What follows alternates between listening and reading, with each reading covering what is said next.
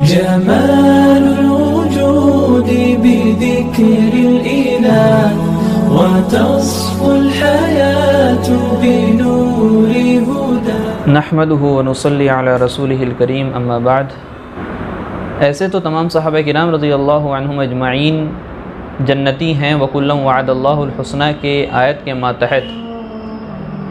لیکن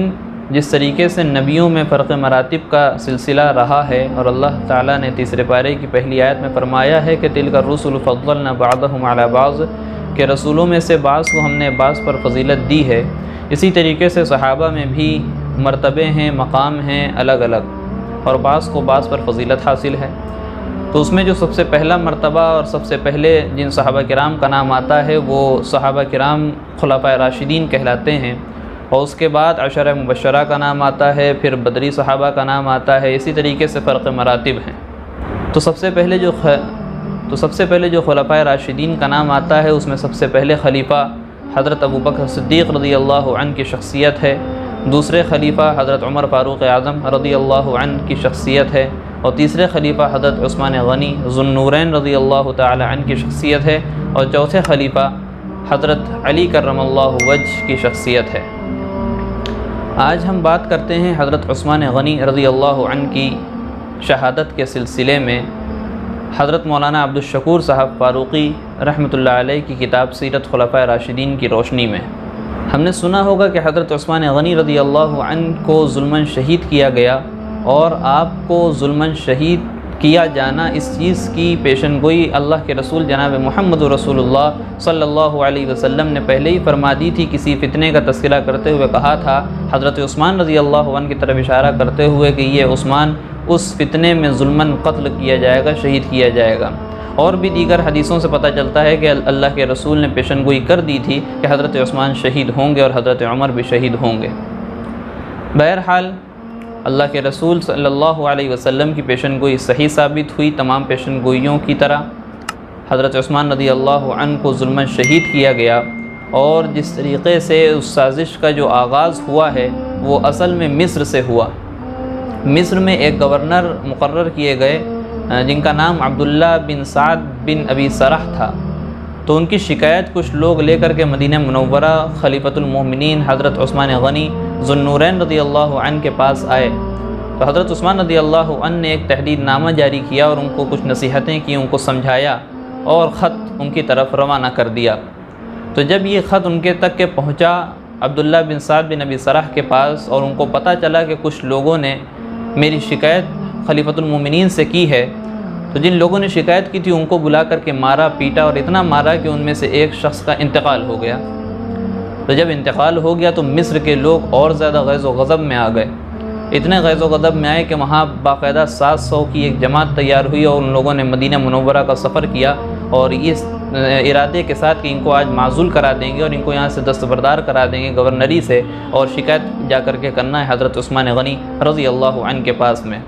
تو یہ 700 کا قافلہ مدینہ پہنچا، تو بڑے بڑے صحابہ کرام حضرت علی کرم اللہ وجہ، اسی طریقے سے حضرت طلحہ، حضرت زبیر رضی اللہ عنہم، ان لوگوں سے ملاقات کی اور ان کو پوری کہانی اور پوری داستان بتائی کہ ایسا ایسا ماجرا ہوا ہے۔ تو حضرت علی رضی اللہ عنہ نے یہ جا کر کے وہاں شکایت کی، حضرت عثمان رضی اللہ عنہ تک کے بعد یہ پہنچائی، تو حضرت عثمان رضی اللہ عنہ نے عبداللہ بن سعد بن ابی سرح کو معزول کر دیا، اور ایک حکم نامہ جاری کیا معزول کرنے کا، اور انہی 700 لوگوں میں سے پوچھا کہ تم اب اگلا گورنر کس کو بنانا چاہتے ہو، کس کو پسند کرتے ہو؟ تو تمام لوگ ایک زبان ہو کر کے بولے کہ محمد بن ابی بکر رضی اللہ عنہ کو۔ تو ان کو مقرر کر دیا گیا کہ اگلے گورنر یہ ہوں گے، تو تم یہ میرا خط لے کر کے جا کر کے اس کو دے دو اور ان کو معزول کر دو، اور انصار صحابہ میں سے کچھ لوگوں کو ان کے ساتھ بھیج دیا تاکہ یہ کارروائی پوری کریں اور تحقیقات کر کے پھر یہ حکم صادر فرمائیں۔ ابھی ان 700 لوگوں کا اور انصاری صحابہ کا قافلہ جا ہی رہا تھا، راستے میں تھا مصر کے، کہ ایک غلام کو دیکھتے ہیں کہ وہ اپنے سواری پر تیز رفتاری سے مصر کی طرف جا رہا ہے۔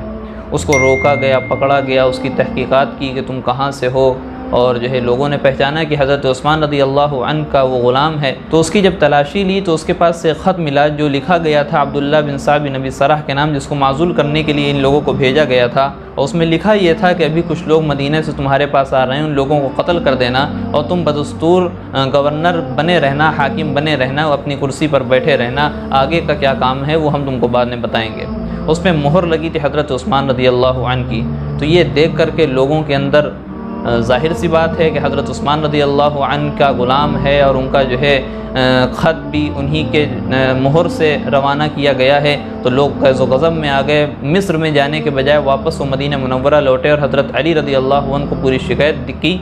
تو حضرت علی رضی اللہ عنہ حضرت عثمان رضی اللہ عنہ کے پاس تحقیق کرنے کے ارادے سے گئے اور پوچھنے لگے کہ کیا یہ آپ کا گھوڑا ہے؟ تو حضرت عثمان رضی اللہ عنہ نے تصدیق کی کہ ہاں یہ میرا گھوڑا ہے۔ غلام کے بارے میں پوچھا تو اس کی بھی تصدیق کی کہ ہاں میرا غلام ہے، اور جب خط میں لگی ہوئی مہر کے بارے میں پوچھا تو اس کی بھی تصدیق کی کہ ہاں یہ میری مہر ہے۔ تو جب خط پڑھ کر کے سنایا کہ یہ کیا آپ نے یہ خط لکھ کر کے بھیجا ہے، تو اس میں حضرت عثمان رضی اللہ عنہ نے اللہ کی قسم کھا کر کے کہا کہ یہ میرا خط نہیں ہے۔ تو آپ کا یہ قسم کھانا تھا اور تمام صحابہ کرام رضی اللہ عنہم اجمعین کا آپ کے اوپر یقین کر لینا تھا، لیکن جو 700 لوگ مصر سے آئے ہوئے تھے ان لوگوں نے یقین نہیں کیا۔ ان لوگوں کے دل میں ابھی بھی جو ہے کشمکش میں وہ لوگ تھے اور شک میں تھے کہ حضرت عثمان رضی اللہ عنہ نے ہی ہم لوگوں کو مروانے کے لیے یہ خط بھیجا تھا۔ بعد میں جب تحقیق ہوئی تو پتہ یہ چلا کہ حضرت عثمان رضی اللہ عنہ کے ایک قرابت داری میں، ایک رشتہ داری میں ایک شخص تھا جس کا نام مروان تھا، اس نے یہ حرکت کی تھی، اس نے یہ خط لکھا تھا۔ تو لوگوں نے جب مطالبہ کیا کہ مروان کو ہمارے حوالے کیجیے یا آپ جو ہے خلافت سے دستبردار ہو جائیے، تو حضرت عثمان رضی اللہ عنہ نے اس مروان کو ان لوگوں کے حوالے بھی نہیں کیا، قرابت داری کا لحاظ کرتے ہوئے، اور اس وجہ سے بھی کہ ان کی وجہ سے ایک نیا فتنہ برپا ہو جائے گا، ایک نیا مسئلہ پیدا ہو جائے گا، اس وجہ سے مروان کو حوالے نہیں کیا۔ اور دوسری چیز، خلافت سے دستبردار اس لیے نہیں ہوئے کیونکہ اللہ کے رسول صلی اللہ علیہ وسلم نے حضرت عثمان رضی اللہ عنہ سے یہ کہا تھا کہ جو ہے تم کو اللہ تعالیٰ ایک قمیص پہنائے گا اور لوگ اس کو اتارنا چاہیں گے لیکن تم اس کو اتارنا نہیں، اور اس قمیص سے مراد یہ خلافت ہی تھی۔ جب لوگوں نے مطالبہ کرنا شروع کیا تو حضرت عثمان رضی اللہ عنہ سمجھ گئے کہ اللہ کے رسول صلی اللہ علیہ وسلم کی وہی پیشن گوئی ہے جو اللہ کے رسول نے فرمائی تھی۔ تو بہرحال وہ خلافت سے دستبردار ہونے سے انہوں نے انکار کر دیا۔ بالآخر وہی ہوا کہ تمام جو مصری لوگ تھے، بلوائی تھے، ان لوگوں نے حضرت عثمان رضی اللہ عنہ کو ان کے گھر میں ہی قید کر دیا، پانی بند کر دیا اور ان کو کہیں باہر جانے نہیں دیا، ان کے گھر کا محاصرہ کر لیا پورا۔ تو یہ سلسلہ ایک چلتا رہا۔ تو حضرت عثمان رضی اللہ عنہ نے اپنے جو ہے بالا خانے سے اپنا منہ نکالا اور تمام صحابہ کو آواز دے کر کے پوچھا کہ کیا تم لوگوں کو یاد نہیں ہے کہ جب مسلمان ہجرت کر کے مدینہ منورہ آئے تھے اور ان کے لیے پینے کا پانی، میٹھا پانی، ٹھنڈا پانی نہیں تھا، تو ہم ہی نے کنواں خرید کر کے جو ہے لوگوں کے لیے اور مسلمانوں کے لیے وقف کیا تھا۔ تو تمام صحابہ کرام رضی اللہ عنہم اجمعین اس بات کے گواہ تھے اور تمام شاہد تھے۔ کہنے لگے ہاں یا امیر المومنین کہ آپ ہی نے جو ہے وہ کنواں خرید کر کے لوگوں کے لیے، مسلمانوں کے لیے وقف کیا تھا۔ تو حضرت عثمان رضی اللہ عنہ نے بڑے درد دل کے ساتھ کہا کہ آج ہم ہی کو اس کنویں سے ایک گھٹ پانی نصیب نہیں ہو سکتا۔ صحابہ کرام رضی اللہ عنہم اجمعین نے جب دیکھا کہ اتنے پریشانی کا عالم ہے، آپ پریشان ہیں، تو انہوں نے بھی مطالبہ کیا کہ آپ خلافت سے دستبردار ہو جائیے۔ تو انہوں نے انکار کر دیا کہ میں دستبردار نہیں ہو سکتا۔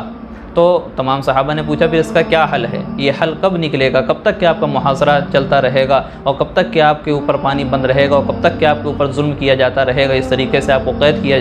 جاتا رہے گا؟ تو حضرت عثمان رضی اللہ عنہ نے کہا کہ قریب ہے کہ یہ معاملے کا جو پریشانیاں ہیں، مسائل ہیں، ان سب کا حل بہت جلد ہی سامنے آنے والا ہے، کیونکہ آج میں نے روزہ رکھا ہے اور اللہ کے رسول صلی اللہ علیہ وسلم خواب میں آئے تھے اور کہنے لگے اے عثمان آج افطار میرے ساتھ کرنا، مجھے امید ہے کہ جو ہے افطار میں اللہ کے رسول صلی اللہ علیہ وسلم کے ساتھ کروں گا۔ اس کے بعد حضرت علی رضی اللہ عنہ نے اپنے دونوں شہزادے حضرات حسنین رضی اللہ عنہما کو اور دیگر صحابہ کرام نے اپنے اپنے بیٹوں کو، لڑکوں کو تلوار لے کر کے حضرت عثمان رضی اللہ عنہ کی حفاظت کے لیے، ان کے دفاع کے لیے کھڑا کر دیا ان کے گھر کے باہر۔ اور جب دیکھا کہ تمام جو ہے لوگ تلواریں لے کر کے حضرت عثمان رضی اللہ عنہ کی حفاظت کے لیے آ گئے، تو ادھر سے بلوائیوں نے جو ہے تیر اندازی کرنا شروع کر دی، ان کے اوپر اٹیک کر دیا، اور اس اٹیک میں بہت سے لوگ زخمی ہو گئے۔ جب زخمی ہو گئے تو اس میں محمد بن ابی بکر رضی اللہ عنہ بھی تھے۔ وہ کہنے لگے اب بنو ہاشم تم کو چھوڑیں گے نہیں، بہت جلدی اس کا بدلہ لیں گے، بہتر یہ ہے کہ جلدی سے حضرت عثمان رضی اللہ عنہ کا کام تمام کر دیا جائے، ان کو قتل کر دیا جائے اور یہاں سے روانہ ہو جایا جائے، ورنہ تم لوگوں کی خیر نہیں ہے۔ یہ کہنا تھا کہ حضرت محمد بن ابی بکر رضی اللہ عنہ نے اپنے ساتھ 2 لوگوں کو لیا اور حضرت عثمان رضی اللہ عنہ کے گھر کے پیچھے کی جانب سے چڑھے اور ان کے گھر میں کودے، تو اس وقت حضرت عثمان رضی اللہ عنہ تلاوت فرما رہے تھے اور ان کی اہلیہ بھی وہاں پہ موجود تھیں، تو حضرت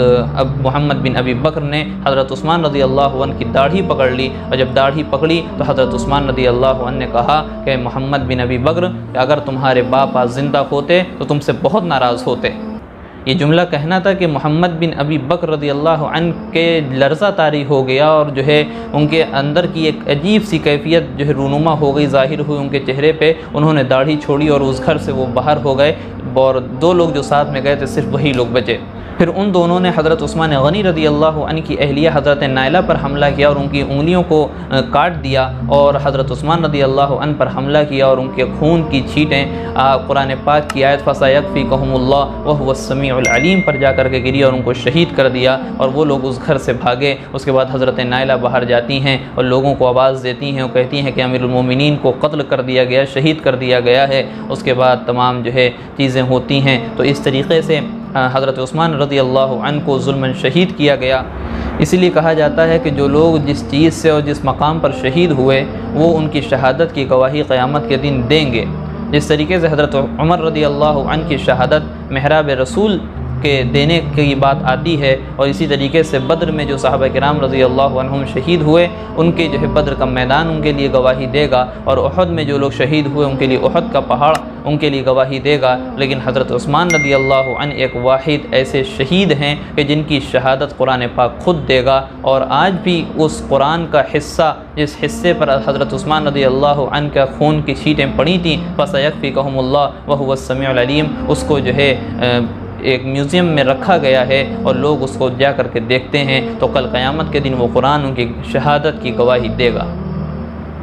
تو یہ مختصر سا ایک واقعہ تھا حضرت عثمان رضی اللہ عنہ کی شہادت کے تعلق سے۔ باقی ہم جانتے ہیں کہ حضرت عثمان رضی اللہ عنہ کس طریقے سے اللہ سے ڈرنے والے تھے، قبر کے عذاب سے ڈرنے والے تھے، کس طریقے سے عبادت کرنے والے تھے، راتوں رات میں نمازوں میں ایسا مشغول ہوتے اور پورا قرآن کی تلاوت کر جایا کرتے تھے، اور دن بھر روزہ رکھتے تھے۔ جو سال میں ایام ممنوعہ ہیں جن میں روزہ رکھنا منع ہے، صرف اس دن روزہ نہیں رکھتے تھے، باقی پورا سال روزہ رکھنے کی فکر میں اور جو ہے اس کا اہتمام کیا کرتے تھے حضرت عثمان رضی اللہ عنہ۔ اللہ تعالیٰ سے دعا ہے کہ اللہ تعالیٰ ہم سب کو حضرت عثمان رضی اللہ عنہ کے نقش قدم پر چلنے کی توفیق عطا فرمائے۔ جیسی سخاوت آپ فرماتے تھے ہم کو بھی سخی بنا دے اور ویسی سخاوت کرنے کی توفیق عطا فرمائے، اور ہم سب کو عذاب قبر سے بچائے۔ آمین وآخر دعوانا ان الحمدللہ رب العالمین۔ ویڈیو اگر اچھی لگی ہو تو لائک کریں، شیئر کریں اور چینل کو سبسکرائب کرنا نہ بھولیں، اور ساتھ ہی ساتھ بیل آئیکن کو پریس کریں تاکہ نئی ویڈیو کی نوٹیفیکیشن آپ کو ملتی رہے۔